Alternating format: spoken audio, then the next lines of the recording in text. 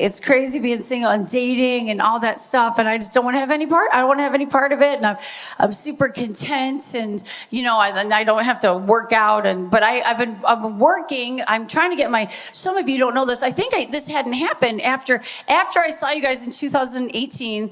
I got my dream job, and I started writing movies for the Hallmark Channel. Does anybody watch the Hallmark Channel?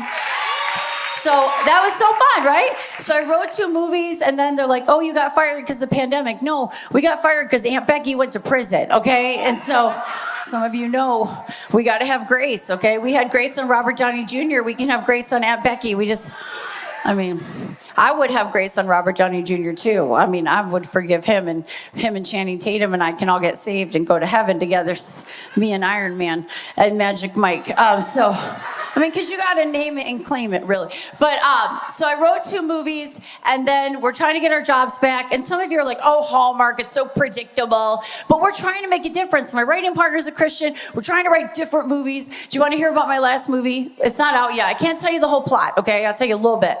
It's not like all the other movies. It's about this big town lawyer girl, okay? And she can't be a lawyer anymore because the bed and breakfast that her grandma owns caught on fire in Montana. So she has to go home to Montana, and then she runs into her lumberjack boyfriend, okay? It's not Joey Lawrence, you guys. It's more diverse. It's Mario Lopez now, okay? So we're trying to... You guys, it's not like the other movies. It's not. I can only tell you she's a princess. That's all I'm going to tell you, guys. And there's a puppy. But that's it. That's not going to tell you. But so there's been a little, you want some inside gossip on the Hollywood? So somebody knows Hallmark's like taking some twisty turns and some of their, a little bit, anybody, right? A little bit. So, and some of their audience is like, we don't like the way that they're going, and they have a lot of Christian audience. So we hadn't worked in like a year and a half, and I was praying. I was like, Lord, I want to work in Hollywood. I want to continue making, movies. And so the executive producer of Hallmark Channel called us, and they said, Kerri, we want you to write and pitch 3 Christian movies. The Hallmark Channel wants to produce Christian movies. Yeah. Right? So we pitched a movie about this big town pastor, how she had to go home and her church caught on fire. And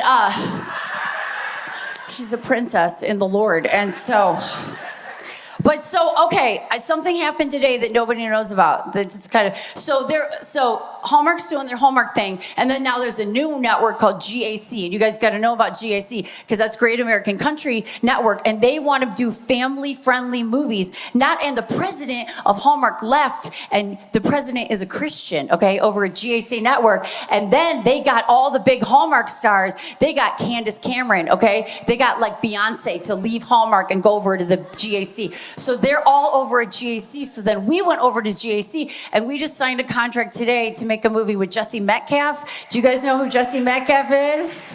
Because you watched that Christian TV show that he was on, Desperate Housewives. And so he was the pool boy, but he's down with Jesus now. So we just signed that today. Nobody knows. So it's called Thank you. Now pray that they make it, because it's kind of like Survivor over there. But so it's called Restoration Summer, and it's about this big town lawyer, and she has to come home and renovate the house because it caught on fire. But anyways, it's fine. It's sci-fi, you guys. It's totally different.